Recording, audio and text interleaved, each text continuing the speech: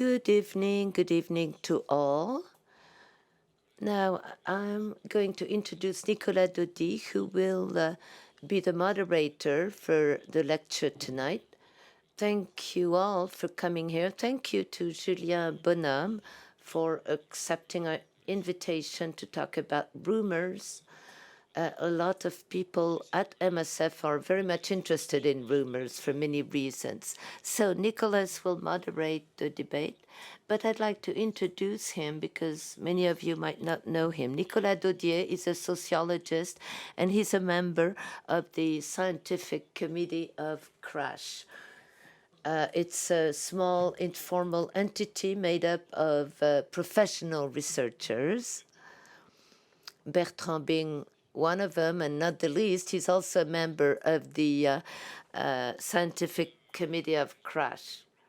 So very kindly, Nicolas accepted to be the moderator tonight. He joined us at the CRASH Scientific Committee a year ago.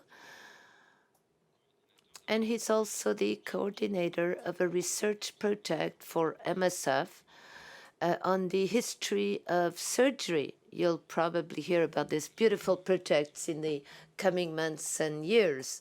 So without further ado, over to you, Nicolas, and thank you again, Julien, for coming to talk to us.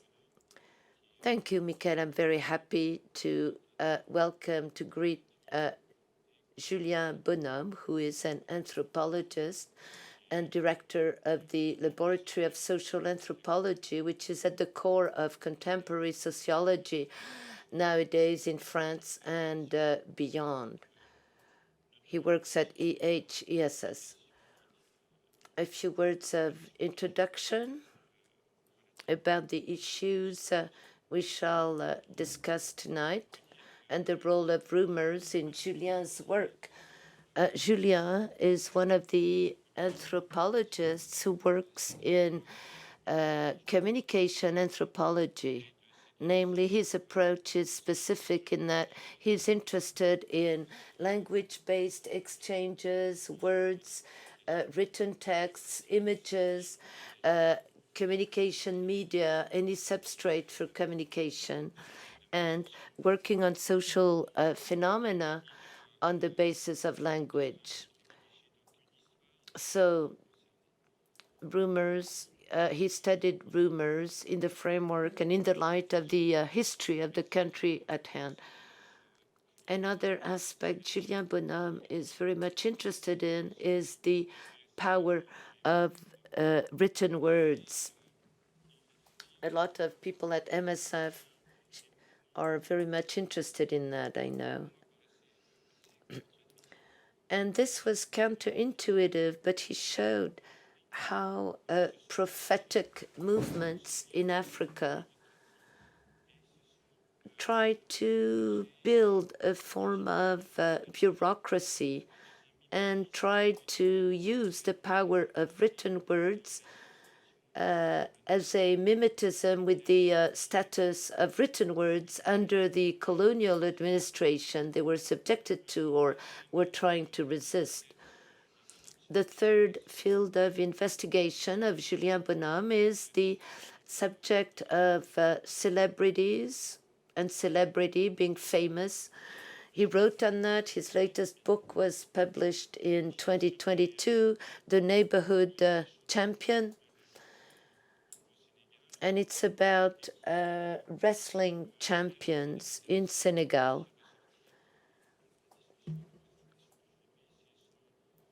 And Julien's approach, well, Julien emphasizes the changes in scale. He worked on very local neighborhood wrestling champions, and he studied how celebrity and fame were constructed in relation to the medias and the change of scale that comes with that. So today, Julien Bonhomme will talk about rumors, and that's the fourth main thrust of his investigative work. in the wake of a classical tradition in anthropology working on witchcraft, many anthropologists were interested in witchcraft, but witchcraft in small villages or in societies of where the links of parenthood and neighborhood prevail.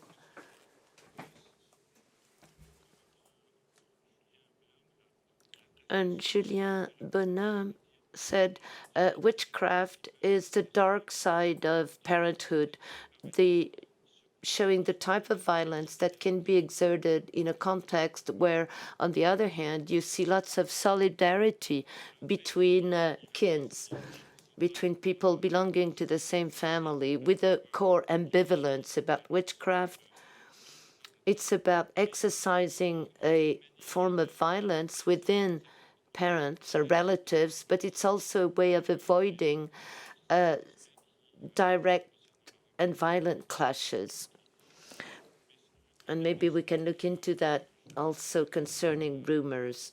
But the shift that Julien Bonhomme achieved with his work on witchcraft is that he was interested in the current versions of witchcraft, not the type of witchcraft that you see in small village units, but witchcraft faced with the growing urbanization process, leading to changes in the way witchcraft is used and practiced.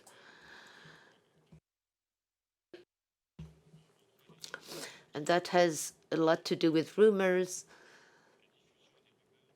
because there is a close link between accusations of witchcraft and rumors. Now, this is not easy to investigate. You have to articulate highly contrasting scales. You have to work on a micro-local scale, minute scale, working on markets, field work, with taxis, with talking with people on the markets, while also being able to work on a much bigger scale to understand how a rumor that started on a market will spread in a country and will even cross borders through complex route throughout Africa or on other continents. This is a key aspect of Julien Bonhomme's work, I think. He developed a form of anthropology which is capable of looking at those various scales.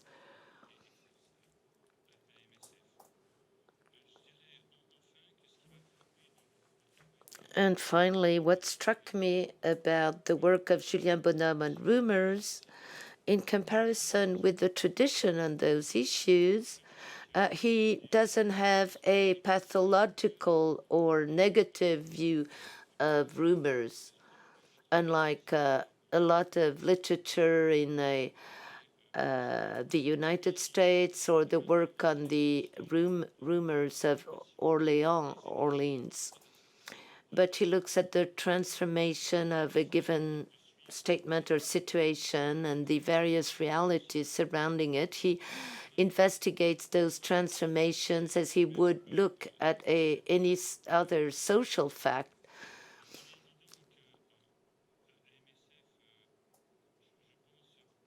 Obviously, you at MSF feel particularly concerned with the issue of rumors from two viewpoints. Either the notion of rumors for you might be a tool to explain spontaneously bits of reality that you see at work, in your missions, in your projects.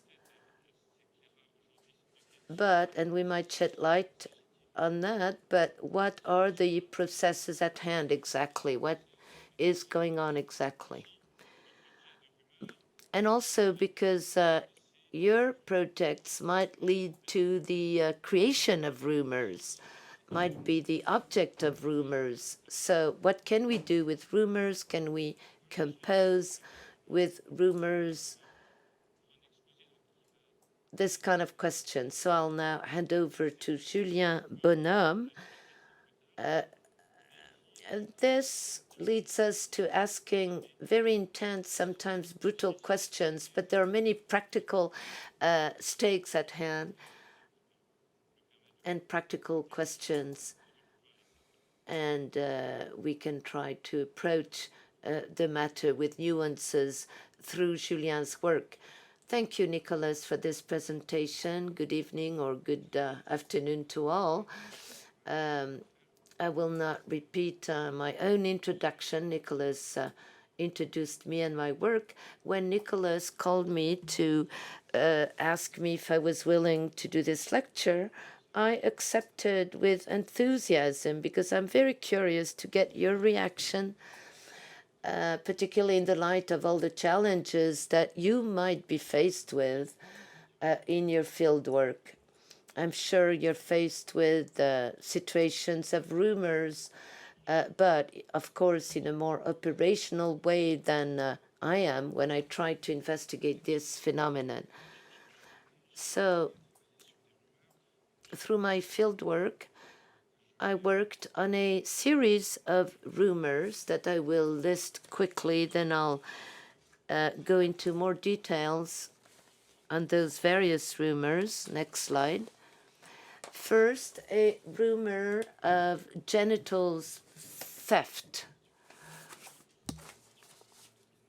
This book was published in 2009, Anthropology of an African Rumor. It was translated into English later, Sex or Genitals Thieves. A second type of rumor I worked on was people receiving a telephone call and being killed by this telephone call. I wrote a paper on that, cultural epidemiology of a transnational rumor. That book I published in 2011. And another rumor I worked on is what's called the death offering, an offering that kills the person it's being offered to. And I published a book on that in 2017, Death Offerings, a rumor in Senegal, that I co-wrote with Julien Bonhomme. But instead of looking at one type of rumor in detail, I'd like to give you a more overall presentation, more general presentation on our approach, the approach to rumors. And for that, I coined a phrase, taking rumors seriously. Taking rumors seriously because what is at stake is not to debunk or, or say that the rumors are false. That would be a normative attitude, but rather to try and describe and understand and explain a comprehensive and understanding approach whereby we try to hear what rumors have to tell us, or more precisely, what people tell us through those rumors. And we can make a case around each one, and that can help us better understand contemporary African cultures, Gabon and Senegal, were the countries where I did my field work mostly. Well, it might go without saying to have this approach for a social scientist, yet we cannot take it for granted if we look at the history of anthropological work on rumors. Historically, this type of work rested on a negative vision of rumors. Rumors are seen as an evil or a disease that the scientists should help people to extirpate from the social body. It has to do with crowd psychology, with Gustave Le Bon, for example, where rumors were seen as a dangerous evil, a mass evil or a mass disease, irrational, gullible, violent masses.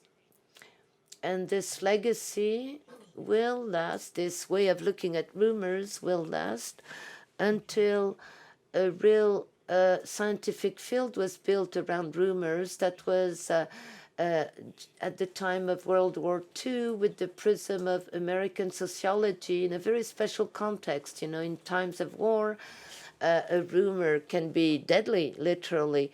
It can really ruin the morale of the troops and the rest of it.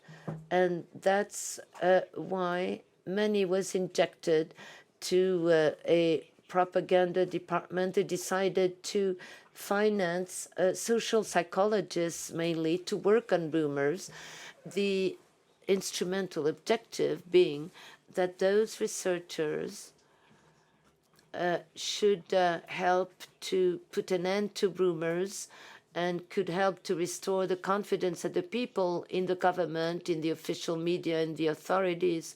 And they set up what were called rumor clinics to help and stop the spreading of those rumors. So there, rumors were seen as false information, false by definition, and not confirmed by an official source. It is seen as a disease of the public opinion, collective madness, collective hysteria, and the healthy mind of researchers should help us to protect the general public against rumors. As Nicolas reminded us, the vocabulary is quite pathological, and we still have that legacy both in the way we commonly see rumors or understand it. We see rumors as a disease. Here are the words, that we use daily. It's viral, contagion, epidemic, mass hysteria, collective psychosis, making rumors a collective hysteria and madness where it's just a banal, ordinary, common, and universal social phenomenon that should be studied as such merely.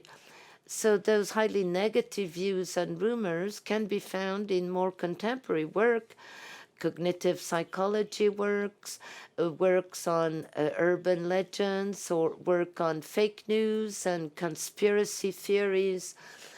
In the context of the coronavirus pandemic, lots of rumors were spread, leading to very heated public debates. And there again, with that negative touch to it. But, it's looking at things from above that tends to disqualify rumors as false and irrational, attributing them to the fact that the people spreading it are gullible. But that doesn't tell us much about those rumors at the end of the day. And we could see, we can say that this is a form of class-based contempt or cultural contempt when you attribute rumors to uneducated people or the popular classes or to cultures characterized by irrational beliefs, all the stereotypes on African beliefs and the rest of it. The problem with this type of approach is that it prolongates a difficult sharing of roles between us and them. We know because we are knowledgeable, so we know, whereas they are gullible. So this is based on the objective criticism of what is fake, but it doesn't help us to understand rumors or why they're spread. That's why we should take rumors seriously. We have to extract reason out of the rumors instead of saying they're irrational. Even if there is no fact-based foundation to rumors, debunking rumors doesn't tell us much about a rumor, whereas an understanding an empirical approach will study the tangible modalities of why a rumor is spread in a given context, studying why it is spread, how people comment on it, to what degree do people believe in it, and explaining why it was so successful in a given society at a given point. Now, before I come back to the specific rumors that I've worked on, I'd like to give you another example. Another rumor which was studied by the American anthropologist Nancy Shepherd, which spread in the 80s in Brazilian favelas, which is where she encountered it. It spread very widely, and this rumor claimed that there were kidnappings and murders of children for the purpose of organ harvesting for transplanting into the bodies of wealthy patients abroad. This is the subject of an article that she published in '96 entitled Theft of Life, Globalization of Organ-Stealing Rumors. And in this article, she stated that this rumor had been interpreted as a popular superstition, an urban legend, which is typical of an illiterate and poor population, and that this version had been restated in an official report by the United States Information Agency and presented to the UN in 1994. Her view was that this patronizing approach didn't take into account the nature of the people who spread the rumor, and thus did not make it possible to explain why this rumor was seemed credible. So there were no material or factual, there was no material factual truth to this rumor, but as Nancy Shepherd Hughes said, it was existentially true. Factually false, but existentially true. Why? Because it expressed the experience, the genuine and actually tangible experience of poor Brazilians with respect to the medical institutions and highly inegalitarian access to healthcare, and expressed as a result the true fears that this rumor sprang out of wariness with respect to medical institutions and the actual fact of murders of street urchins, which were real, and the fact that organ harvesting was difficult because there was a shortage of organs, and thus there was a trade in organs at one point, and a gray area surrounded, and there was a moral gray area between the marketing, the buying and selling of organs. And the rumor expressed, as Nancy Shepherd Hughes said, the perception of poor people according to which their bodies and the bodies of their children were worth more, them dead, than the bodies of the wealthy. Anthropologists are interested not in the veracity of a rumor or the falsehood of the rumor, but the reasons for which it can be considered to be existentially true. To what extent does the rumor express something of the social experience of the people who spread it? And I'd like to explore that aspect of rumors in greater depth. I worked on a series of occult rumors. Rumors related to sorcery, which were related to traditional representations of sorcery in African societies. A whole series of occult rumors that spread quite widely starting in the 1990s across vast swaths of the African continent. The three rumors I mentioned, I will examine more closely now. First, the rumor of genital theft, which was a rumor that said that there were people who would steal or would shrink the genitals of strangers in the street with on the occasion of a handshake or just a brushing of up against the person. And the scenario was that for the second rumor was that certain cell phone calls could be lethal to those who picked up the call. And the third rumor, the offerings of death, was a rumor where you could kill an innocent person by bestowing upon them an offering, whether it be a banknote or a piece of food or a piece of shroud. 3 rumors, and there were others, because generally if you examine one, you will discover others in the process, related rumors, a whole set of rumors, all of an accusatory nature in the sense that they could and had often led to public accusations and public accusations in the street, accusing people of having stolen genitals or having made a lethal phone call or having made a lethal offering. And in some cases, these accusations were followed by lynchings. And the genital theft rumor was the one that incurred the greatest extent of violence, with dozens of dead left in its wake, with expeditious public justice being carried out. There is very little trust in evidence in the police or the legal system, and so the mob would take affairs into its own hands and thus sometimes lynch and kill the accused. And these rumors leave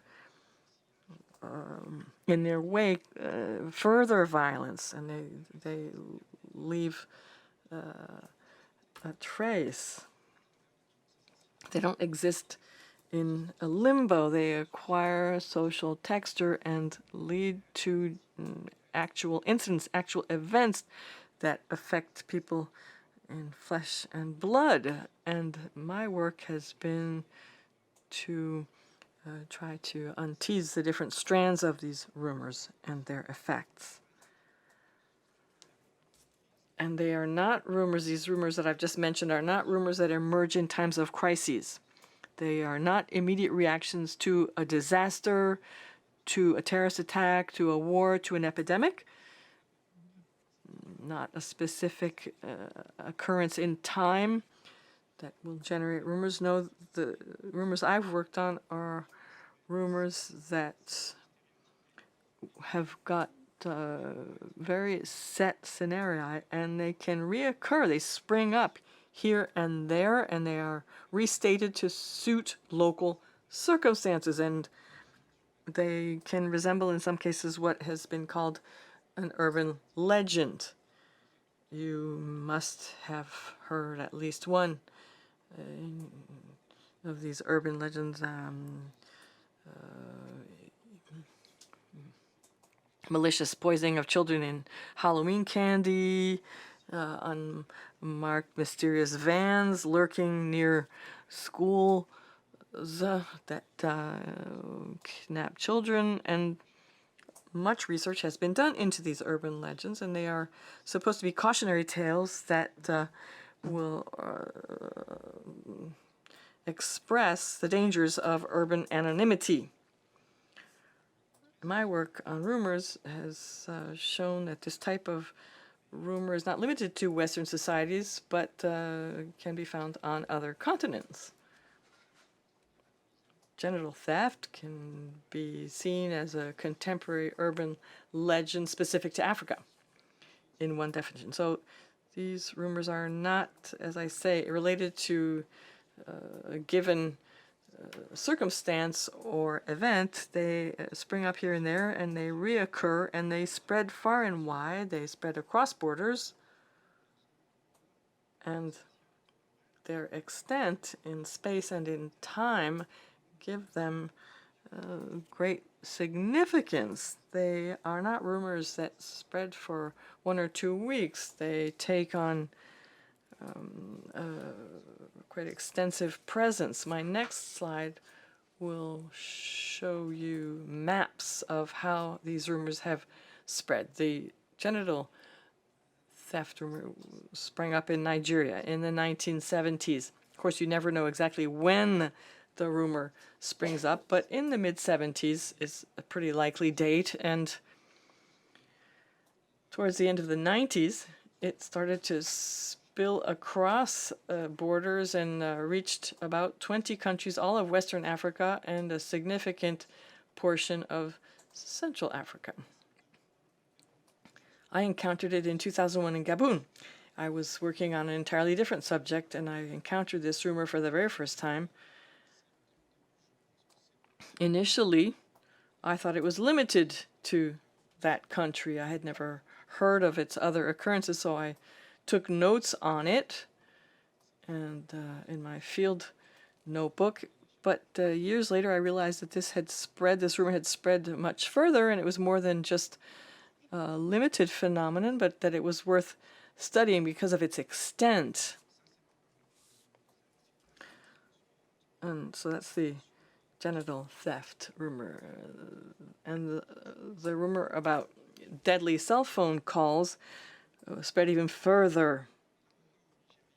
It sprang up in Nigeria in 2004, as far as can be ascertained, but in a matter of weeks it spread to Cameroon, to Gabon, which is where I heard about it. I was back in Gabon working on something else and heard this rumor. What's striking is that although it had not at that point spread to other African countries, the same rumor sprang up 2 years later in India, a phenomenon for which I have no explanation. And these rumors give rise to many, many questions in the scholars' minds. Many of these questions have yet to be answered. So it spread to India, or it sprang up in India, and it spread across Southeast Asia and to the Saudi Arabia and the Arabian Peninsula, and then it spread back to Africa, which to an anthropologist specialized in African anthropology, this is very striking, because something that springs up in countries as different as Indonesia and Gulf states, it's very unusual. The rumor continued to spread. It reached Benin, Togo, Senegal, and in the space of a few years, it reached over 30 countries on 2 continents. The lethal offering is Senegalese in origin. Sprang up in 2010. It reached Gambia, and reached the Malian border, but it is more local than the other rumors, which are quite transnational. Now, what's important in these rumors is the role of the media. These rumors spread by word of mouth, of course, but they also travel through cell phone communications and the internet.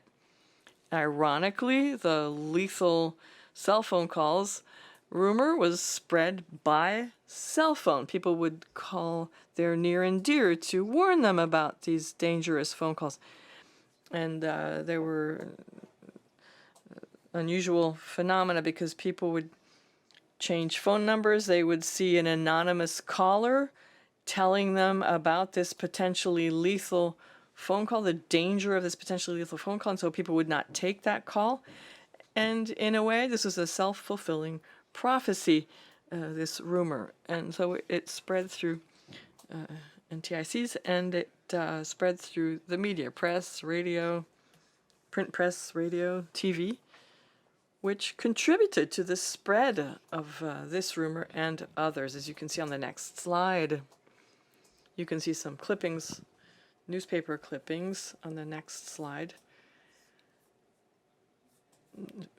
These are clippings from the same year, the year in which the genital theft rumor spread like wildfire across Africa. This is a clipping from a Senegalese newspaper and another one from a Gabon newspaper, and you can see that even the headlines propagate this rumor. And one last example. This is the lethal offering rumor. You can see a huge headline there. The lethal offering triggers panics. Thus, the media have an important role to play in the spread of these rumors and make them transnational. Without the press, without the media, these rumors would never have spread so widely. Absent the media, the genital theft rumor would have remained Nigerian. It would not have become a Pan-African rumor. And in my view, it's no accident that the genital theft rumor only traveled outside of Africa in a dozen years later. It's only in the second half of the 90s, 96, 97, that suddenly it spread to 10 or 15 countries. Why? Why did it spread then? And why was there that lag time of actually some 20 years? Well, simply because in some African countries, that period was one of liberalization, deregulation of NTICs, and private media companies came into existence, and the gutter press carried sensational stories, including witchcraft stories. That's when witchcraft suddenly made the headlines, made the front pages of the newspapers. All of which goes to show that the cultural success of a rumor depends on the media through which it spreads. It's not enough for the public to be gullible. There has got to be an effective and powerful medium with widespread, with a large readership. These rumors were successful because the media and because the NTICs were so successful in Africa. And that explains how these rumors spread to a certain extent. They have got to be traced back to, these rumors traced back to not Africa of villages, but rather media of the modern age, internet and the rest. By the way, the lethal cell phone calls rumor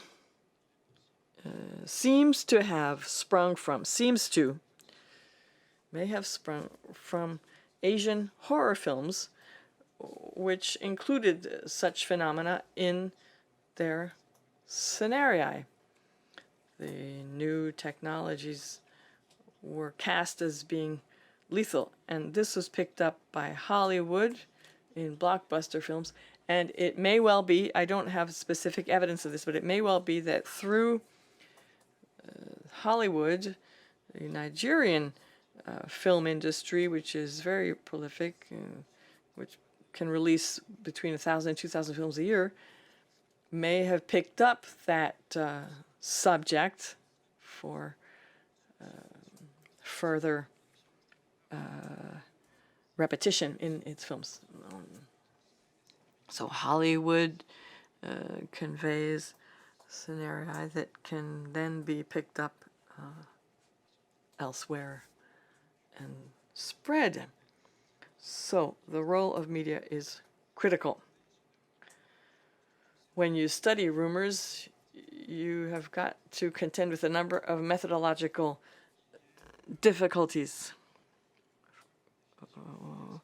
because rumors are unpredictable and they disappear quickly. You can't observe them directly. You have to work retrospectively to trace its spread, and you have to follow a trail which can be very, very hard to read, be tenuous. Sometimes I'm trying to work my way back to the origin of a rumor, and I find myself looking at rumors in Indonesia, Yemen, or Afghanistan. You have to combine micro and macro approaches, local and global approaches, to get an overview, like the maps I showed you earlier, which can explain the spread of these rumors, try to understand the totality of the phenomenon, but then you have to zoom in. you can't be content with that broad overview. You have got at some point to drill down and look closely at the details of the rumor and understand the specific circumstances in which the rumor sprang up and how it spread, what the local context in which it was born was, and what happens in the wake of these rumors, as in the case of the book about the offering of death. There's a whole chapter devoted to the subject of a specific incident.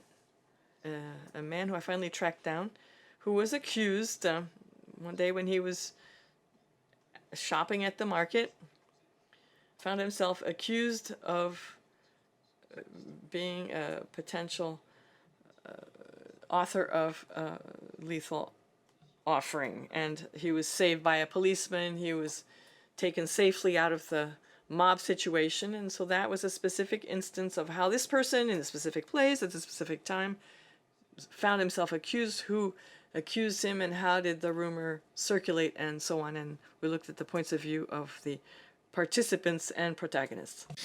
Et donc articuler. So linking up different scales, details, and the macro view of those phenomena, also looking at the press in addition to the ethnographical investigation.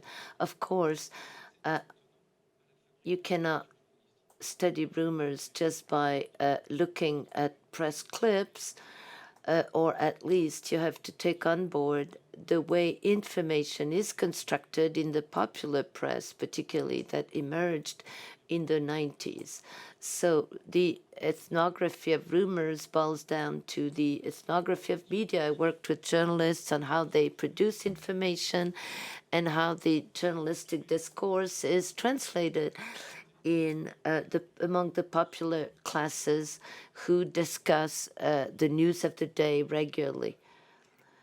Like on the market square, marketplace, the main squares, it's usually men gathering to talk, to play checkers, and to talk about the news of the day. In the small cafes, small bars, also the newspaper stands are a common place of gathering when the daily newspaper is displayed like tied on a rope, what we call typology. People look at the headlines and they discuss the headlines without reading the content of the paper. It's one way of consuming information, a collective way of consuming information. And that's also how the collective meaning of the daily news are interpreted by the locals.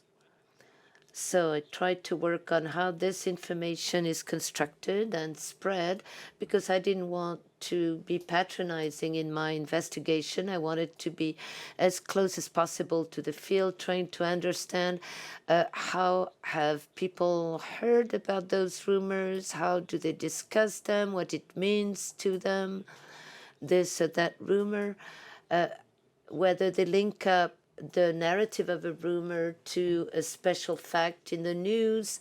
Is there any political meaning to that rumor?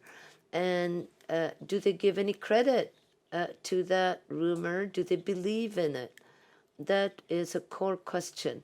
What I showed with my studies is that counterintuitively, that rumors are not due to people being gullible. A rumor doesn't need to be taken as true to spread like fire. Even on the contrary, I would say. If a rumor spreads, people think it's because people believe in it, and if they believe in it, it's because they're so gullible. But actually, that's not how it goes. You don't need to firmly believe in a rumor. Minimal credibility suffices. And from that standpoint, the theft of genitals may appear as plausible minimally in a society where witchcraft is seen not as a self-evident reality, but at least as a threatening, looming possibility. It may exist. Not all forms of witchcraft. In some cases, you believe it's not true, but it's plausible. And this minimum plausibility is enough. Now, in case of a deadly rumor, I mean, announcing a danger, a big danger, the rumor will spread all the more so if it's dangerous not to hear about it. And it doesn't matter if it turns out to be true or wrong. Like with the theft of genitals, someone said, with this kind of thing, you can never be cautious enough. And spreading a rumor of death or something lethal might be seen as the most reasonable thing to do, to warn your relatives and your entourage about a looming threat, a danger, even if it turns out to be wrong. In order to spread a rumor doesn't call for people to believe in it, but to pay attention to it. It must be a story that whets your appetite. There is also an entertainment dimension to those urban legends, for example, because they're good stories to tell. And the theft of genitals spread as a kind of a joke that people enjoy telling each other and laughing about. And reporting something on the basis of a rumor or a hearsay or in the conditional tense leaves aside the status of truth. And by spreading a rumor, that's where you try it. You put it to try because you can see what other people believe about it, and you might modulate, change slightly your attitude towards the rumor according to how other people behave. And the rumors are worked on, raise the doubt and perplexity. But that's a very efficient engine to spread rumors, more than the absolute belief in a rumor. It's not because you don't know what to think about it that you won't talk about it.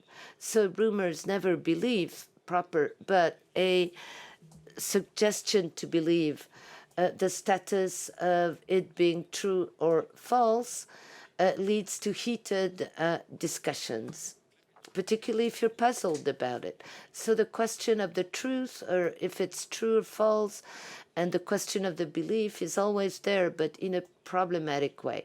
Now, the narrative of a rumor doesn't boil down to describing the script of the rumor. It's always part of a richer and broader conversation through which the locutors will try to extract meaning out of this uncertain content.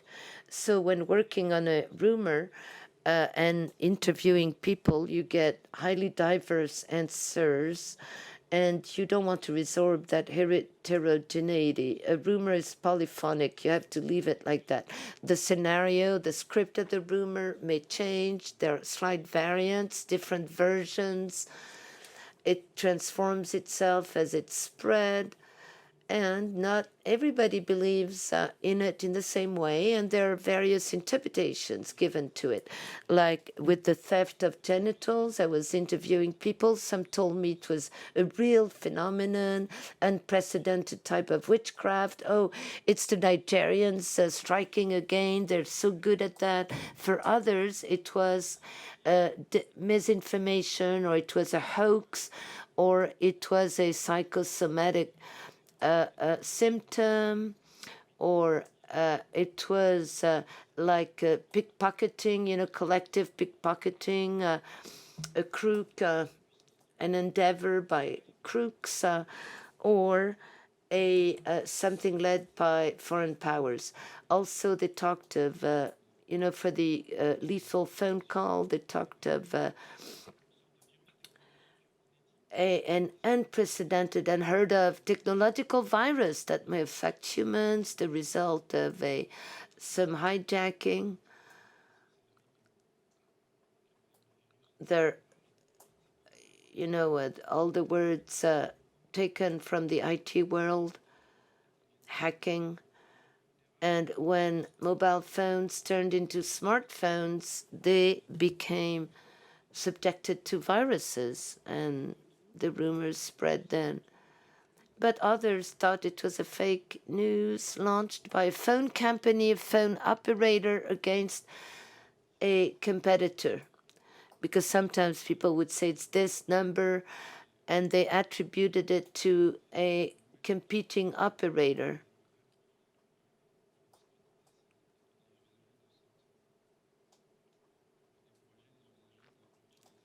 Unfair competition. Now, for the offering, the lethal offering, for some, it was a form of witchcraft again, done by a marabout.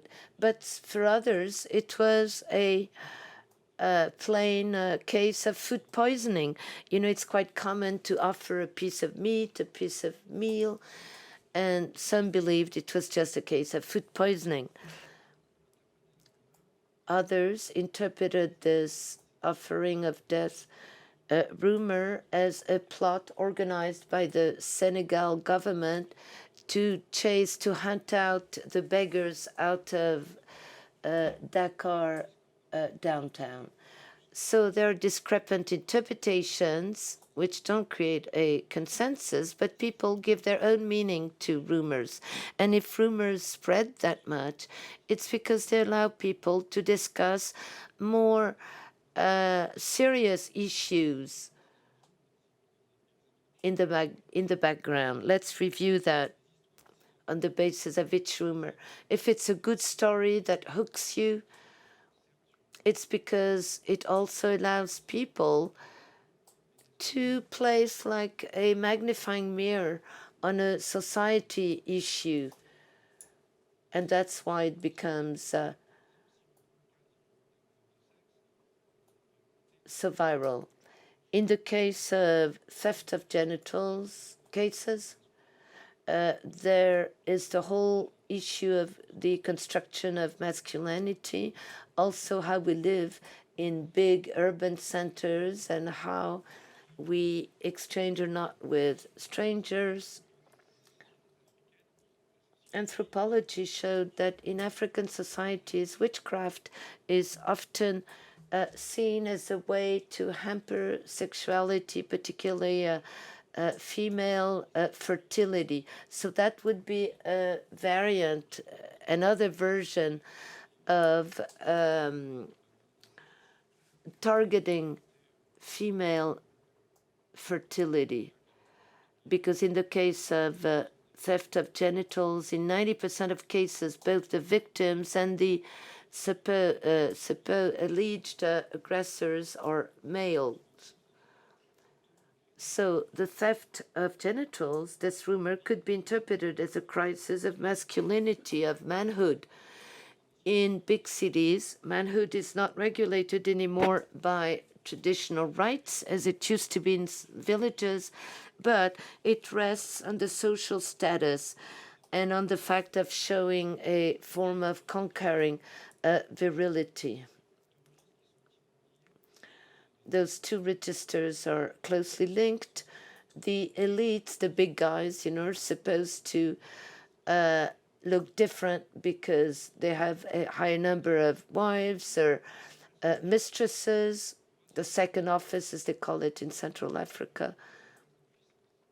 But there can also be an anxiety about their own impotence if their social status is not clearly established. That's why it's mainly young male, young men from popular classes. They have to survive without a stable job, and so they cannot get married and have a family, which is key to obtain the status of a real man, the social construct. Masculinité. So they experience that as an attack on their manhood. So those rumors about the theft of genitals can be seen as a reflection of the difficulties young men have in big African cities to become a real man as they're seen. meaning having a family and being a father and providing for your family. So this might be what is at hand, this manhood status.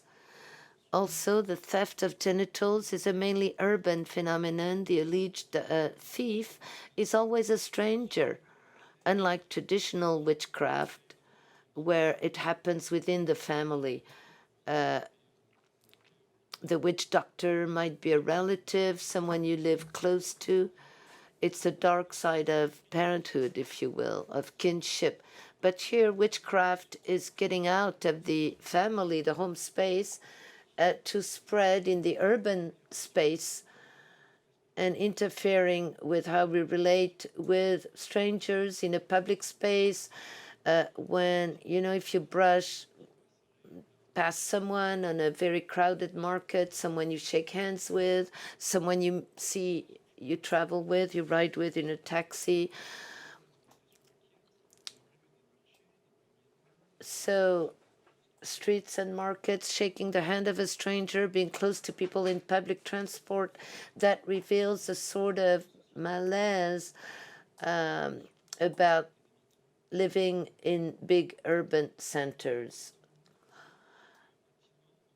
Rumors also have to do with the mixing of various ethnic groups. It's tied to urban cosmopolitanism, the mixing of various ethnic groups, like in Lagos, Dakar, or Libreville, in big urban centers in Africa.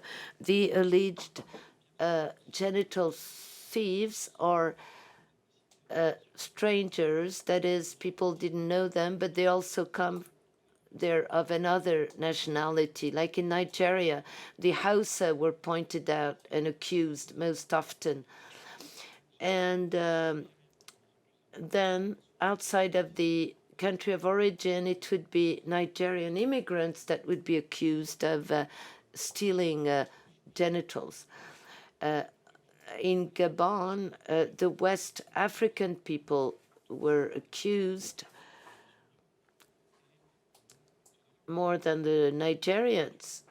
So xenophobia is a big component of those rumors about genital theft. Rumor is a catalyzer, but there are pre-existing tensions that might be politically instrumentalized by politicians or by journalists. A Cameroon newspaper's headline was, "Science confirms that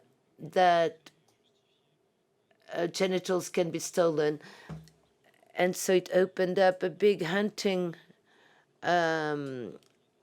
initiative against strangers in Cameroon, particularly in border areas. So you may have an opposition not between two individuals, but on a bigger scale, and you may have massive lynching operations, like someone would be accused of stealing genitals, and they are going to say, "Oh, it's the Nigerians again," even if the guy actually came from Benin. Then the people gather and lynch the poor guy. They move to a market where you have mainly Igbo traders, and they will burn and raid the whole market. I mean, it can't spread to a big violence on a much bigger scale. But rumors allow us to understand the social dynamics and cases of stigmatizations based on your ethnic group or other. Now, the lethal phone calls, that didn't lead to as much violence. Well, first, because it's not face-to-face by definition, it's over the phone, so it didn't generate lynching or other such cases. But it's about the use of mobile phoning and appropriation of new means of communication. This rumor will emerge in Nigeria soon after mobile phones were introduced in the country. And like elsewhere in Africa, mobile phones drastically changed the way people use the phone. On a continent, Africa, where you never had many landlines anyway. So there was a real craze about mobile phones, and of course, unavoidably triggered new worries. According to the rumor, a lethal phone call comes from an unknown phone number, and often people suspected the operators to be involved, or even foreign powers were accused of being involved. And following the privatization of the communication sector, mobile phone operators are often foreign companies. So through this daily object, this innocent object, a phone, people saw behind it foreign multinational companies with lots of capitals and foreign powers.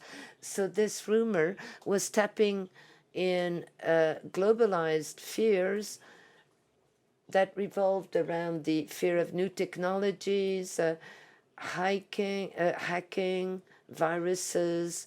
People felt they were a toy in the hands of foreign powers or big operators that had power of life or death over them. So what the question at hand with rumors is here was, what are we exposed to with those new communication technologies? And the rumors was a sign not of resisting new technologies, that's the wrong interpretation, but on the contrary, it was a consequence of the craze and the early and quick adoption of it. It's like a byproduct of this craze for mobile phones. The last rumor, now the rumor about the lethal offering, which circulated in a smaller area in 2010. It is an opportunity to examine the central role of offerings in Senegal.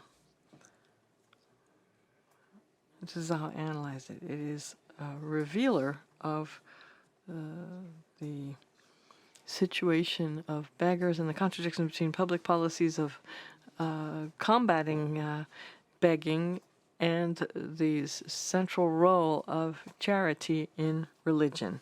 So on the one hand, public policies of fighting begging, which dates back to colonial times, and policies which led to nothing, the attempt being daily to chase beggars out of the downtown area of Dakar, efforts which are up against the central role of charity in Islam, which is highly valued, the Senegalese needing beggars to be able to bestow their offering on someone, so the beggar has a critical role to play in society, and they are the destinaries of offerings which are prescribed in some cases by marabout, by sorcerers, to people who come and consult them for professional problems, disease,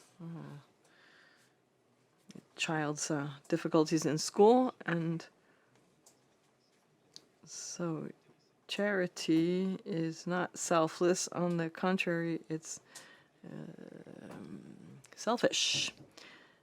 You practice charity because you want to reap some reward for your charity. So the rumor of the lethal offering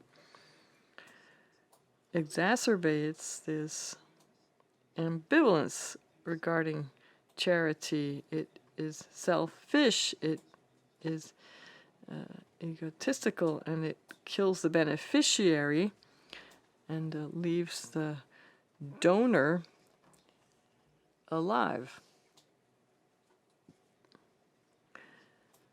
The rumors said that these killer offerings were handed out by people who rode in on board expensive vehicles, so they were rich to begin with.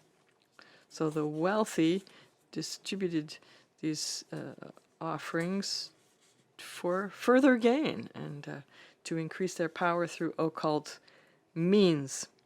Thus, the rumor invoked the perversity of religious charity. It was a poisoned gift which was of benefit only to the very rich. And it needs to be placed in its context. The Senegal of the early teens, Senegal, where there was great popular disappointment with the new administration that was voted in after decades of social regimes, socialist regimes. Abdoulaye Wade was voted in on a liberal economic program. There was great enthusiasm for Abdoulaye Wade initially, but after his re-election, his policies gave rise to tremendous disappointment, and it was felt that the replacement of these socialist governments by this economically liberal government had not led to the increase in wealth of the many that had been hoped for, and that tremendous disappointment gave rise to the specter of a predatory capitalism which no longer fits within the confines of Islam but becomes threatening. The wealthy, the newly wealthy, have acquired riches by shady dealings, by graft, and through occult means.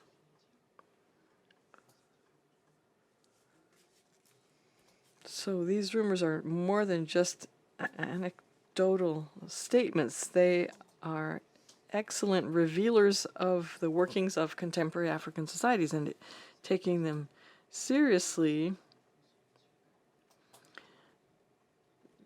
makes it possible to hear what is being expressed through these rumors and to reveal the concerns in which these rumors are rooted and the existential threats that they describe, the existential reasons for which they spread. And thus we can understand why they are so catchy. So that's why I feel that they should be taken seriously. I feel that they should first be understood, and you have to forget for the time being, when you start analyzing them, whether or not they are true. That you have to suspend your critical judgment and apply cultural relativism, which is a cornerstone of the anthropological method, to go back to Blaise Pascal's formula. Truth on this side of the Pyrenees, falsehood on the other side of the Pyrenees. This is absolute dogma for anthropologists. You have to suspend your judgment about true and false and examine the contents of these rumors.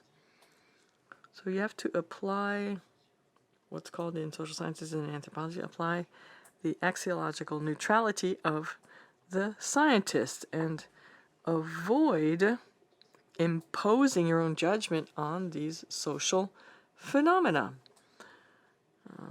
True and false, good or bad, good or evil. Or else you run the risk of being ethnocentric and you miss the meaning of these rumors. This cultural relativism and this axiological neutrality are an absolute requirement for the anthropologist, but they are difficult to apply when you are reporting on the results of your research to members of the very society that gave rise to these rumors. And this happened to me when I was invited to Nigeria, not to Gabon, but in Nigeria and Senegal. I was invited to address audiences of non-anthropologists. I spoke on television, and the African press reported on my research on rumors. And at these conferences, I was often queried directly and quite strenuously by members of the audience. I was asked to state clearly and plainly whether or not the rumor was true. And this is a very uncomfortable situation. As a result, I had to struggle to suspend judgment about truthhood or falsehood. When I said that the genital theft claim was a rumor, that immediately seemed to cast doubt upon the veracity of that rumor to the members of the audience, the public at large. And so that would give rise to direct challenges on the part of the audience to me personally. I was a white man who was too Cartesian in his thinking to be able to understand that witchcraft is a reality in Africa, as just an example of some of these accusations. So my analysis was a way of rejecting their point of view out of hand. Epistemic violence was being perpetrated, and I had to remember that for the members of the audience, the fact of whether these rumors are true or not was not anything that they all agreed on. There was no consensus about the truthhood or the falsehood of these rumors. Simply I, as having termed these claims as rumors, qualified them as rumors, that left me open for insults. I was a fool, I was told, to claim that these truths were mere rumors. Thus, the difficulty is that if you state that genital theft is a rumor, you're claiming it's false from the outset. But if I'm too comprehensive and too relativistic, if I continue to be neutral and take these rumors seriously and don't state clearly that they're false, then there can be a huge risk. My public speech can indirectly lead to lynching. When I was on TV in Senegal, I didn't have the audience in front of me. I had no idea how my statements were being taken by the television audience. And there was a real risk at that point that I could be doing nothing short of broadcasting headlines very loudly claiming that these phenomena were true. So there is a moral responsibility. You have got to insist on the untruthfulness of the rumor and remain aware that you're not going to convince anyone, any believer, that the rumor is false. That's always an awkward balancing act when you discuss the rumor itself. Aren't you spreading it even further? That's always an issue. But in the end, I understood something I had not immediately grasped, which is that you have to walk a thin line between taking rumors seriously without giving them too much credit. You have to try to understand the workings of these rumors, but not make them appear true. They're factually false, but existentially true. And then when you report back to the social groups that gave rise to them about your analyses, then you have to be very careful to think about how truth is constructed. And you have to think about your responsibility in the face of these phenomena, which are no joking matter, which can give rise to very violent incidents.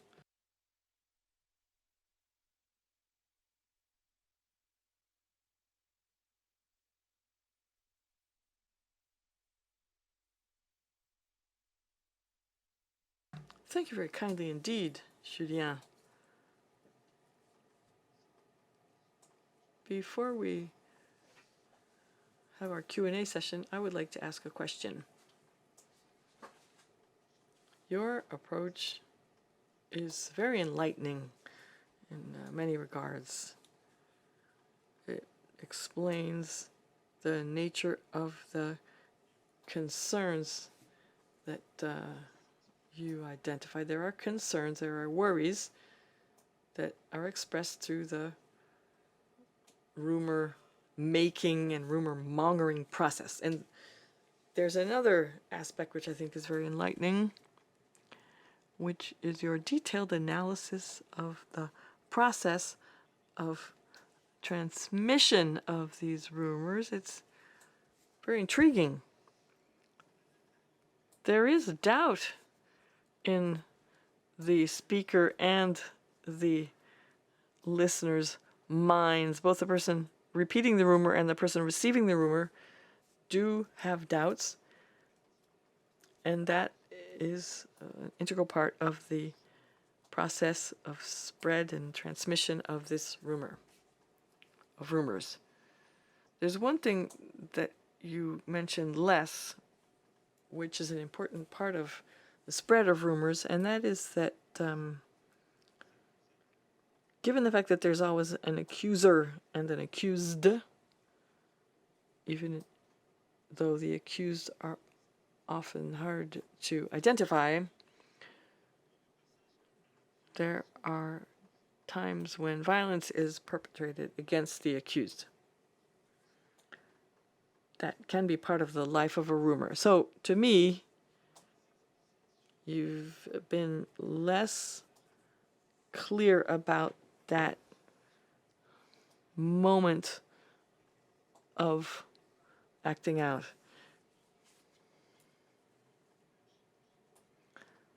What is it about these rumors that triggers this type of violence?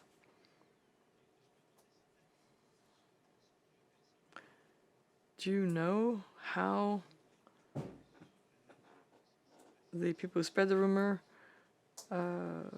describe the nature of that violence? Do you have any idea how they justify this violence or criticize it? That tipping point, how much do you know about that? Even as you say, a neutral anthropologist, observer, that is still a very critical moment in the life of the rumor, that tipping point. Well, those aspects of the rumor occur at different times. There are conversations, debates, doubts, disagreement about the rumor, discussion about its truthfulness, and then, yes, the tipping over into violence. If there is acting out, it's because there's expeditious public justice, instant justice as it's called in English, and it's seen in many other situations, not just limited to rumors. It's phenomena which can be observed in different instances. There can be a pickpocket, a burglar, a hit-and-run driver who's just run over a child. They can all be the object of instant justice, mob justice. A mob will form on a market. You can imagine the scene. It's hard to get around the market. It's packed with people. A mob can form instantly and can act in a matter of moments. Act against the burglar, the pickpocket, the hit-and-run driver, or the genital thief. There's no time for thinking and doubt and questioning. That only occurs later on. Why? Because the hit-and-run driver is going to be lynched in a matter of minutes. Nobody will stop and think whether it was the fault of the front seat passenger, possibly, or there is immediacy in this reaction. How in this urban space urban public space, and a fear, a sudden wave of panic can give rise to this type of violence, which is not an uncontrolled eruption of barbarity, but something that Edward Thompson has described as quite stabilized and with its own history. How do people act in such situations in contexts where you really cannot trust the police, you cannot trust the judicial system to look after these things? So that explains how these lynchings occur, how the genital thief suspect can be lynched, and then the crowd will stop and think after the fact. And that is what is so specific to rumors. It's not a statement at one point, it's a whole series of statements in specific contexts and emotions and actions, anger, indignation, that are triggered by those statements, and then actions which are triggered by those emotions. Forme au fur et à mesure de But transforming as they spread further. But those are different times, different moments in time. The time of the discussion, and then the moment of the incident or the lashing out. Okay, I'd like to remind you to ask your questions not too quickly because of the simultaneous interpreting. I was officially asked to remind you of that. Thank you. Another question here.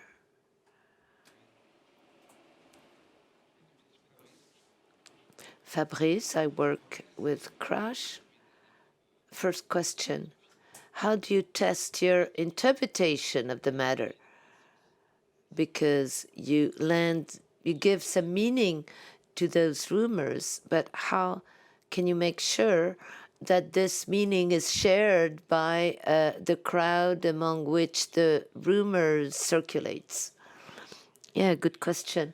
In lots of work, anthropological work on urban legend, the posture of the researcher is that of a psychoanalyst, like they have the key to the rumor, which is revealing the collective unconscious, this collective myth. Well, I stayed away from that. First, there are multiple interpretations or multiple avenues, and they should be pointed out by the people themselves. I'm not giving truth. I'm not extracting the truth of a rumor of which people would not be aware of. Like, the rumor of the lethal offering. Oh, yeah, it's the government trying to kick out the homeless and beggars from the center of Dakar. But if this rumor about lethal offering was so popular, it's because it touched on key issues for Senegalese people. What is the role and place of beggars in the public space?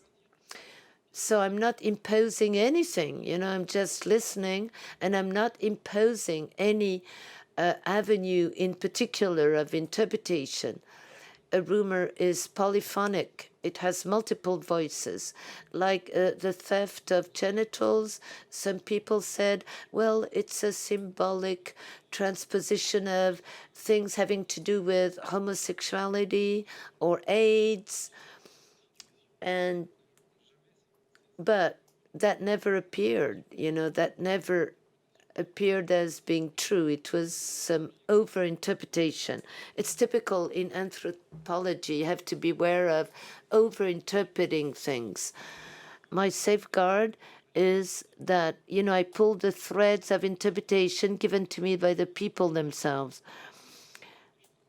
I don't start from the notion that people don't know what they're talking about. No, they know what they're talking about. I listen and I pull the threads.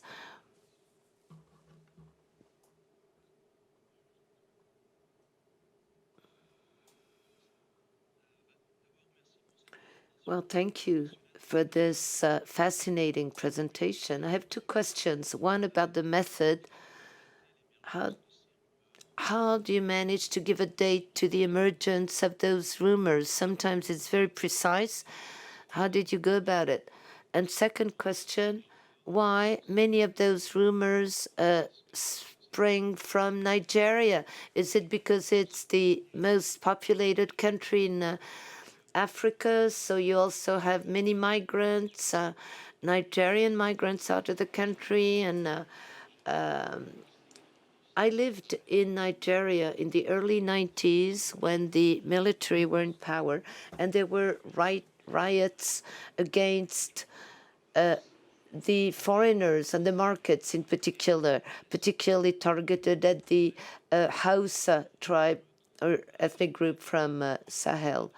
And to put an end to that, the military government in Lagos, speaking on radio, did not try to deny or refute the rumor, but they said it's under control, and if we catch the thieves, they will be duly judged.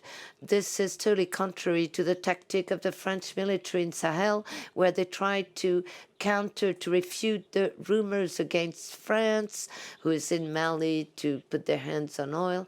They really try hard to say those rumors are false, but it just does not work. So first, methodology. How do you manage to date the beginning of a rumor? And why does it start in Nigeria? And three, there's no point in trying to deny a rumor. Maybe that's a message to be conveyed to the Ministry of War or Ministry of Defense in France. Thank you for all those relevant questions.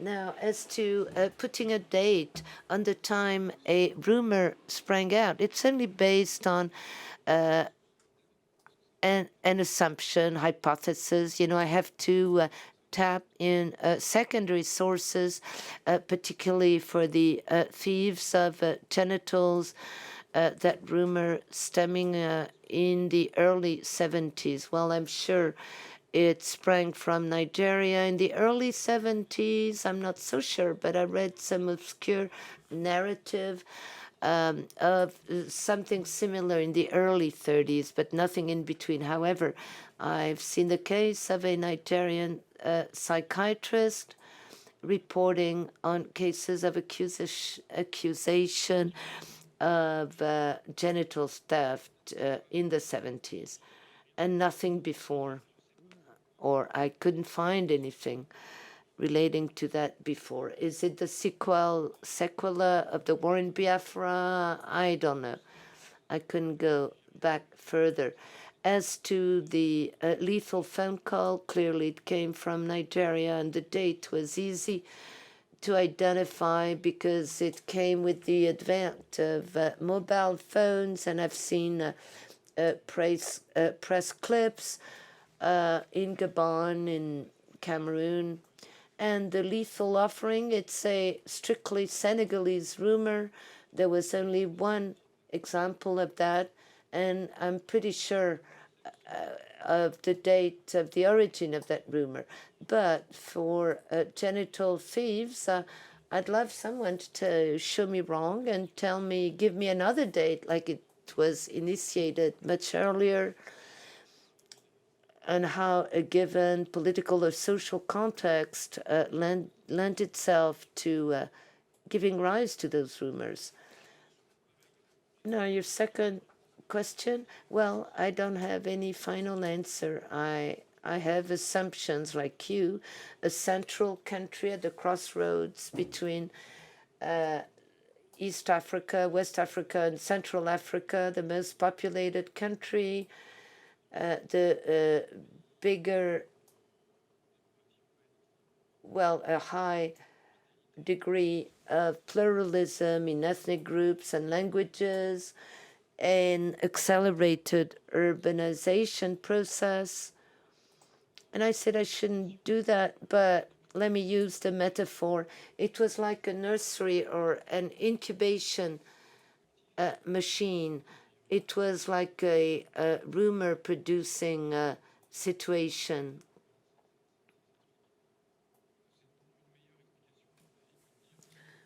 I think it's a better explanation than saying, yeah, Nigerians by definition are criminals and it's necessarily them. I think, on the contrary, it reflects the vitality and the core role played by Nigeria on the African continent. And it was the place of origin of 2 out of those 3 sets of rumors. And your third question, yeah, I agree with you. It's pointless to assert that a rumor is false, and it's not effective, not efficient at all. On the contrary, and this was proven. But, the authorities are not so much concerned with the rumor being false or true, but they worry about the consequences of that rumor and the violence that it might trigger. About police and justice, when those rumors give rise to incidents, giving rise to an investigation, we find situations that are highly ambivalent and uncertain there again. Being placed in custody for the accused, well, the police would place under custody both the alleged thieves and the alleged victims, or those who took part in attacking the alleged perpetrator. And sometimes the police don't even know who is the accused, who is the alleged victim, who is the troublemaker, who started exerting violence against the alleged genital thieves, who then were judged in court. And it links up to the transposition or the taking into account of witchcraft in courts, in tribunals. And in some instances, the genital thieves were actually brought to court and had to be judged, were judged. But there's that gray zone where for each incident, it gets really blurry. Who is the victim? Who is the culprit? It gets all mixed up.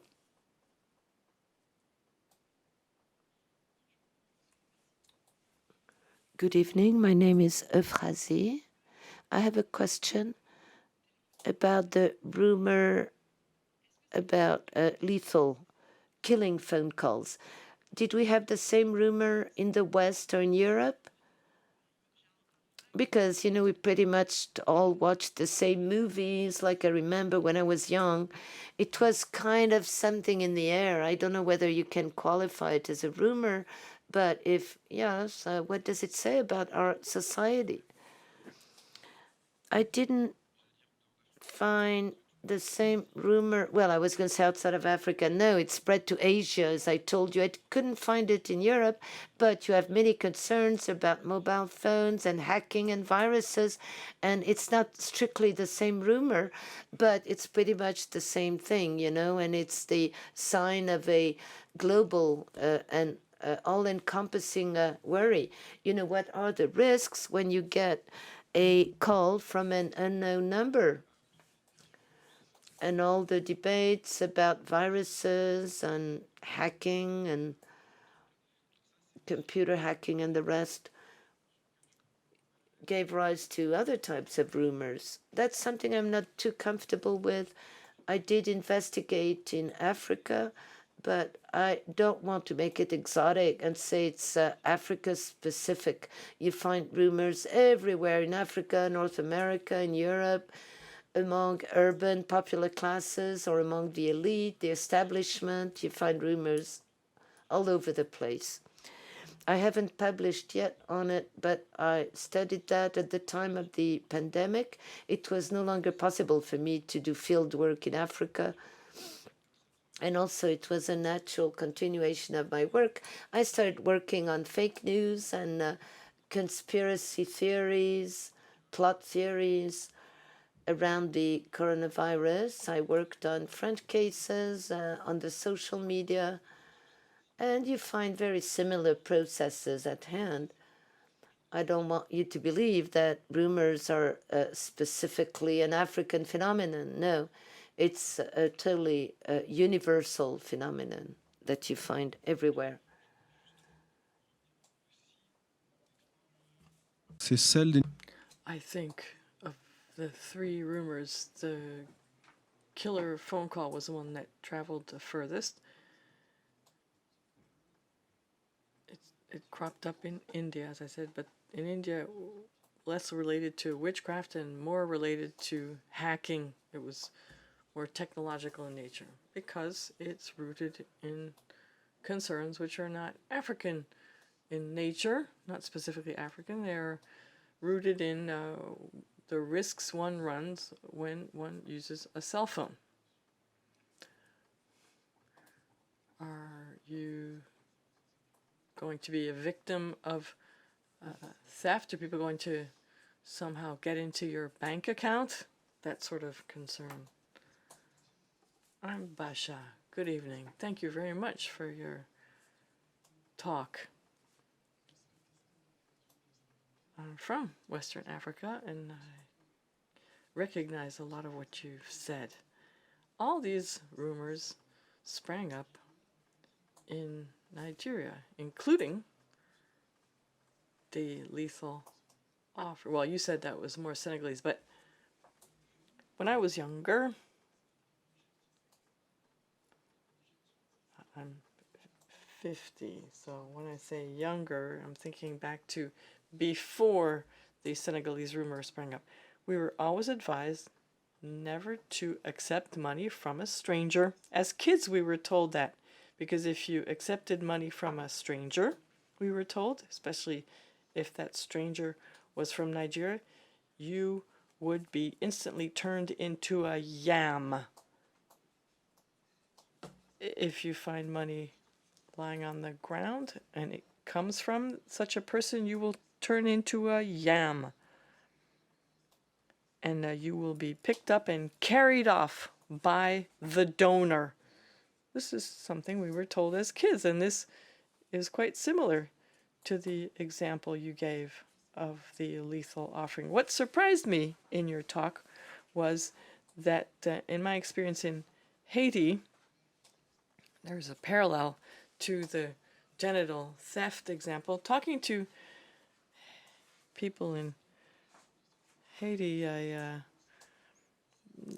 explained that I was a Hausa from Nigeria, and people were surprised because in Haiti, a Hausa is someone who, at the mere brush of a hand, can clean your pockets of all of their contents. They will rob you blind by simply brushing up against you. So how did this rumor travel across the Atlantic to Haiti? I didn't know that it had crossed the Atlantic. The example you've given of the dangers of picking up money that you find on the ground or accepting an offering from a stranger. In the case I was referring to, the donor would drive up in a four-wheel drive with dark windows and give food or money or a piece of cloth, a piece of a shroud. And this particularly related to the ambivalence that people feel about donations, about gifts, offerings. The situation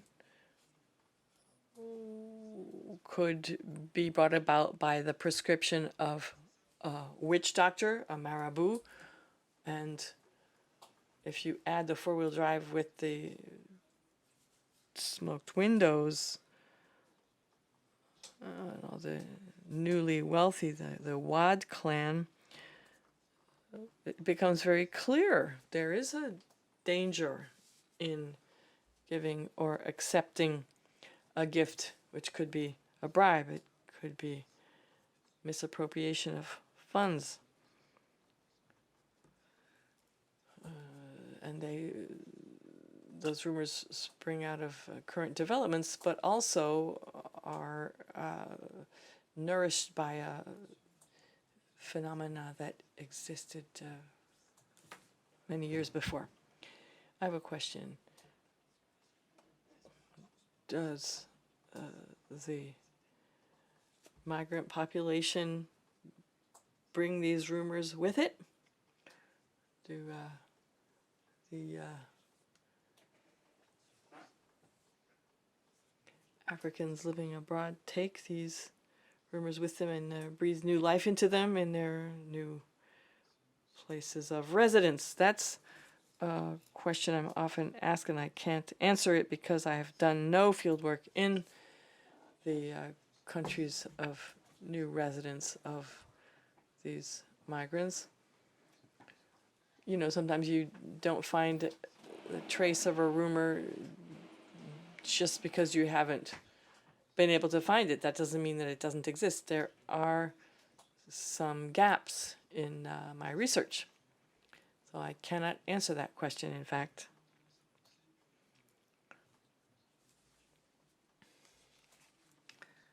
I would be tempted to say that abroad these rumors would not lead to the same type of mob violence because the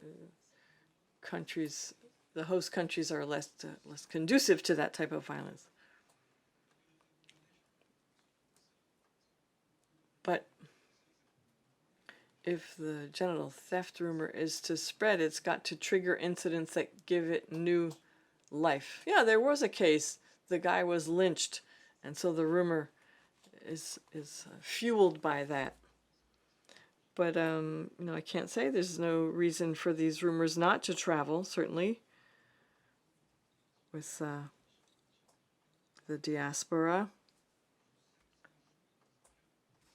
In one case, I was able to demonstrate that the lethal phone calls, when that rumor spread from India back to Africa through the Comores and the Seychelles, I was able to track how in a matter of weeks, months, it spread from one place to the next, and how the phone numbers reflected the nationality of the bearers of these rumors who spread them.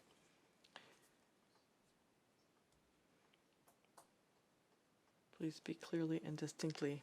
I have a question about your introduction.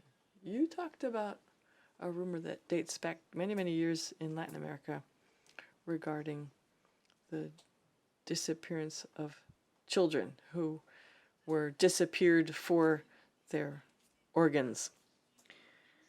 Have any studies been conducted into the context in which, whether it's the security or the political context in Latin America from the 1990s through today, which can explain the longevity of this rumor, because it's still in existence and it has given rise to other types of rumors of disappeared children and other disappeared peoples. Has there been a study of the longevity of that rumor? I'm Colombian, and I have actually encountered that rumor. I encountered it when I was a child, and it's still in circulation. Several articles have been published on this rumor, and they do describe the political context in Latin America, and they do explain that these rumors have spread far beyond Brazil and Latin America. It's an international rumor. It appears in different guises in France, in North America, in variations. It's no accident.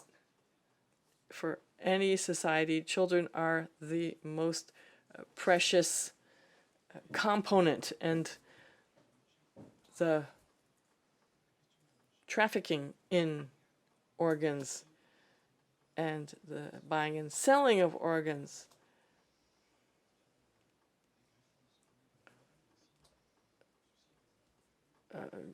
have really generated a great deal of fear and a number of moral dilemmas. And this is true worldwide, so it's not a Latin American rumor alone, and it can be very easily understood in the Brazilian favelas, and it can also be very easily understood in the other places where it springs up. There have been equivalent rumors in France. Well, I was wondering whether it was so long-lived simply because in Argentina and in other Latin American countries there were many disappeared, and this was a way for people to justify those disappearances. And the rumor was constantly being renewed.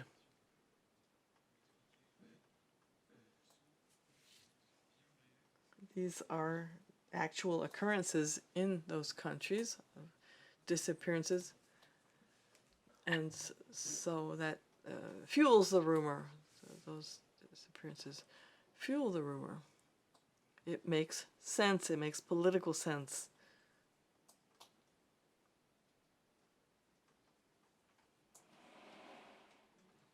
In a European context or a French context, what this brings to my mind, and I'm not sure if it's a rumor or not, whether it's a rumor or not,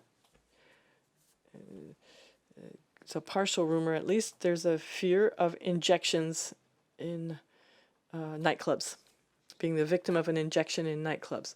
It's something I want to look into. There are so many things I'd like to look into, and I lack time to look into all of these interesting subjects. But yes, I was very interested in that particular phenomenon. And what's interesting to me in that case is that we don't actually know what the truth is. We do not know. Have there really been people carrying these syringes and making those injections? The context over here is the nightclub scene. You're out to have a good time, but why are the other people there?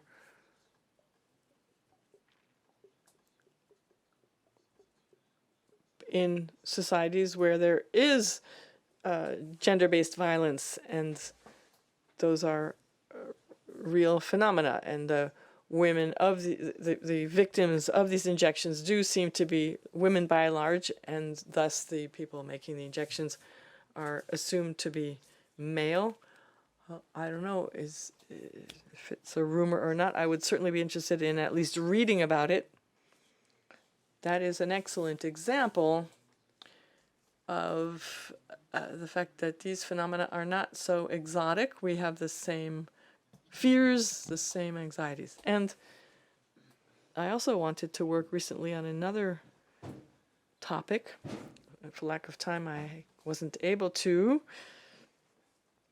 And that was a rumor that was in circulation a few years ago, grounded in a number of broader rumors and accusations with a long historical existence, and that rumor stated that a white van was parked near schools and children were being kidnapped. The white van appears in many, many rumors. In this specific instance, the drivers were supposed to be Romani people, and this was spread in the greater Paris area. And this is part of growing opposition to these Romani settlements, illegal settlements, and so the accusatory dynamics were revelatory of frictions and conflict between different social groups in impoverished the outskirts of our urban areas. But I lacked time to look into that, unfortunately. Bonsoir. Du coup, moi, j'ai... My question may sound silly, but in the case of the genitals thieves, I didn't quite get it. Is it a metaphor to talk about impotence? But how can it go all the way to a trial in court? You know, when you talk of the genitals disappearing, you know, it's easy to put a stop to that rumor because how, you know, it puzzles me. Indeed, but they tested the rumor. They called on doctors, physicians as witnesses, but it's a requalification process that is at hand. In some cases, it's not just the stealing of the genitals, but the shrinking of the genitals. Well, seeing that your sex organ is still there, it's easy enough. But you would typically do it only after the accusation, after the gathering of the crowd, after exerting violence on the alleged culprit. But usually they call a doctor who would say, yes, the sex or the genitals are in place. They go all the way to showing it on TV to refute the rumor. And people say it's by hitting the sex thief that your sex will come back. It wasn't there anymore. It came back because I hit the thief. Or some claim that it's still there, but it shrunk.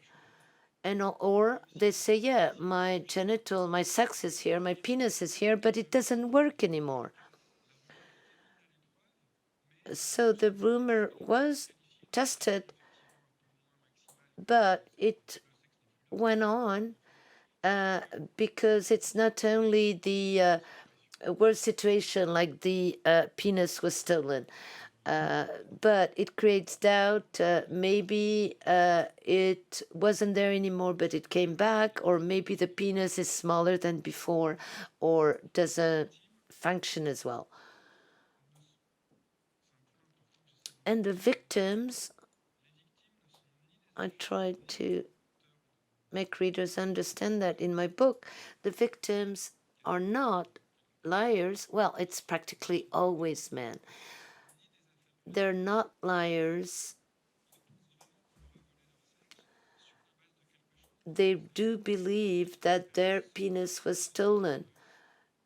And that's based on the somatic experience of fear. Why do you get scared? Because in the newspapers, they keep talking about genitals thieves. And this morning I met a stranger. He doesn't know me, but he insisted on shaking my hand. And I felt like a big electric shock going through my body, and I understood my sex was gone, my genitals were gone. And they describe a real episode of fright, sweating, you know, with your hair getting straight on your skin, the scrotum motion as well, shrinking, or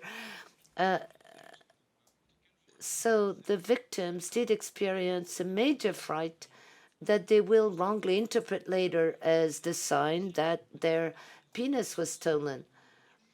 It's not easy to distinguish between experiences that were real actuals because they, you know, it's constantly requalified, more complicated than it seems.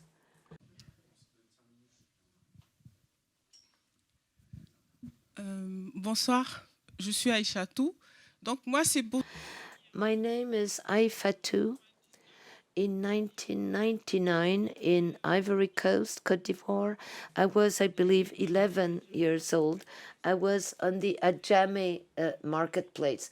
Adjamé is a pretty impoverished neighborhood in Abidjan. And at the time, the rumors about genitals theft were big. So I was on the market. We heard voices, people yelling, crying, yelling. We went to see what was happening, and this man was yelling, "Hey, I can no longer feel my penis." So he shouted, and the crowd started attacking the Hausa, this ethnic group.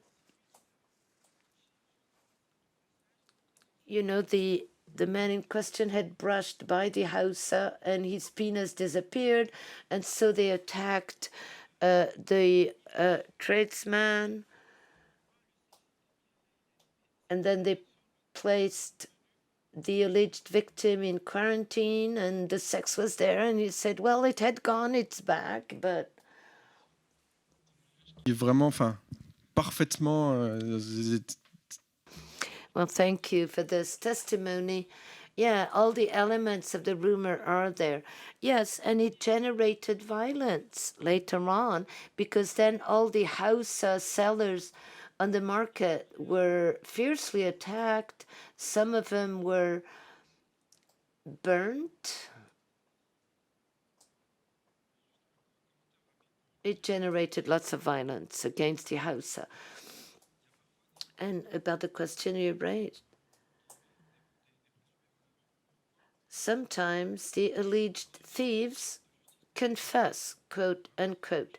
When you have expedite justice like that, where you can get lynched and killed, one way out is, okay, I stole it, but if I was able to steal your penis, I have ways to bring it back to you.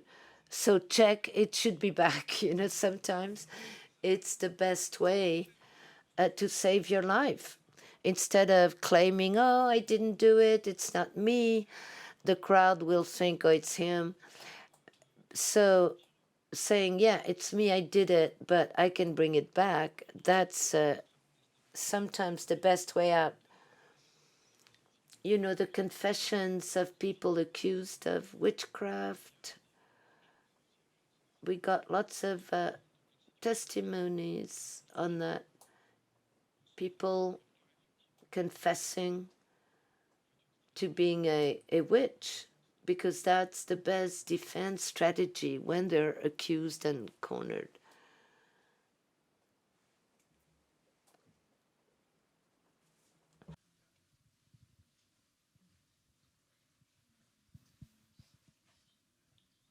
Je pense qu'il faudra conclure pour... Mais y a... Well, we shall soon conclude, but everything you said in your presentation stresses the fact that rumors spring from rather poor neighborhoods. What about the political and economical elite in the spreading of rumors? Does it happen in a different way? I mean, is it different from what happens among popular classes? And also some politicians may decide to amplify rumor if it can serve them.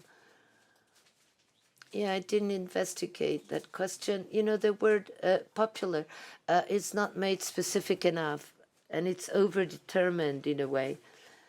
Popular in French, most cases, is like rather poor, working class, and so on. Well, journalists don't belong to the so-called popular classes.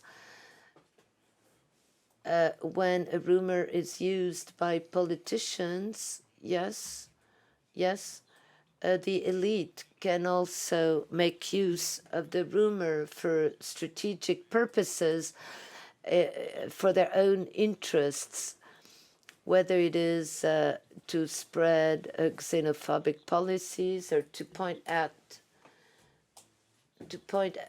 a foreign power as the culprit. Yes, the elite and the establishment can also circulate fake news and rumors. In the case of genitals theft, you know, that concerns more people going to shop on a market. The elite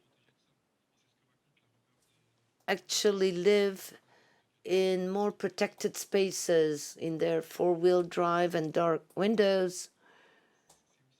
They are protected. They're less visible. So it's not saying that the establishment people don't believe in rumors, but it's not the milieu that is the most propitious to the spreading of rumors.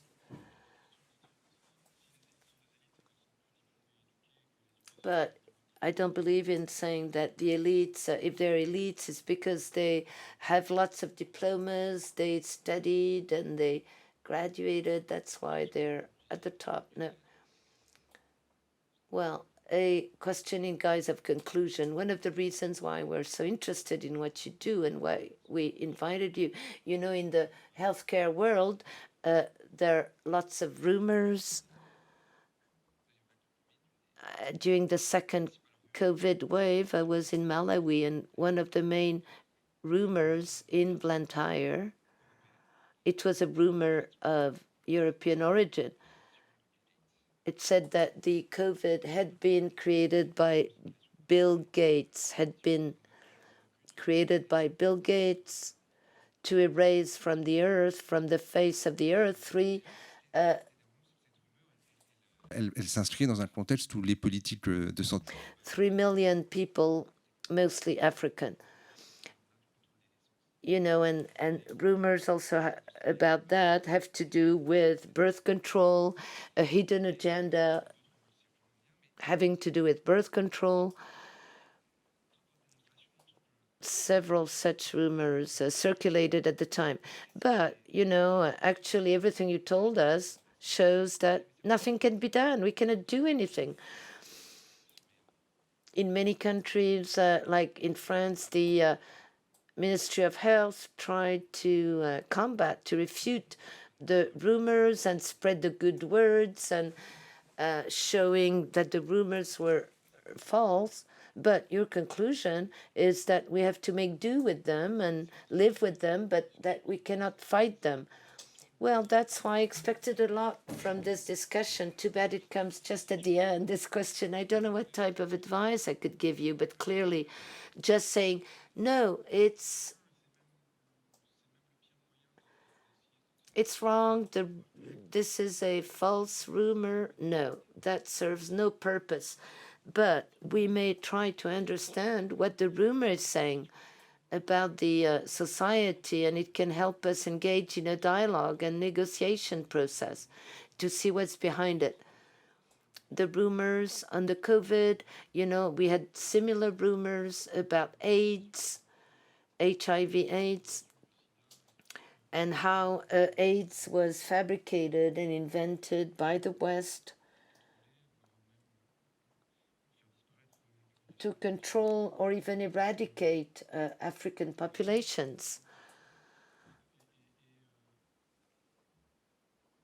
It's a longer time frame, but so AIDS, coronavirus, and also Ebola, I would say. Ebola, too. Back to the Ebola epidemic in West Africa in early 2014. At the time, the medical staff and NGOs were faced with violence because of rumors. People would cast stones at them when they came with their protection outfit to retrieve the dead bodies. So taking rumors seriously, listening to what people have to say might be the key. It's self-evident, but... And then we explain, yes, being able to decently bury someone who died is universal, and you cannot dispossess any society or group from that. So you have to find a way. Otherwise, there will be huge rumors. Oh, people come from outside dressed as astronauts to steal our dead. We've seen that in France, in retirement homes, in hospitals. It's deeply human and universal. We have to bury our dead in the right way, in a decent way. So that's what we have to work on, instead of plainly saying, no, it's wrong, we're not here to steal your dead relatives, and we didn't contaminate them on purpose, and the rest of it. So we really have to listen to what rumors have to say. It's often the sign of a much broader worry that is deeply universal. And just refuting them serves no purpose. Non, je voudrais juste conclure je crois. Well, to conclude, because we will have to leave off. This is clearly a huge field of study. And we need another session to discuss how to act in cases of rumors. We need to try to understand them. I don't think you could actually class them into different types, but I think these rumors deserve to be compared. Your work gives a general diagram of rumors in general. I think you've really pinpointed the general characteristics of how these rumors form, but the nature of these rumors is quite different from one rumor to the next. How are they connected to science? How extensive are they? How many cases of violence have there been under the influence of these rumors? Certain rumors claim that there is an intent to decimate. So I think those are some interesting avenues to pursue, and I'm sure there are huge teams of anthropologists ready to study these phenomena. Thank you all very kindly for joining us. We will be serving drinks to pursue the discussion right next door here. Thank you.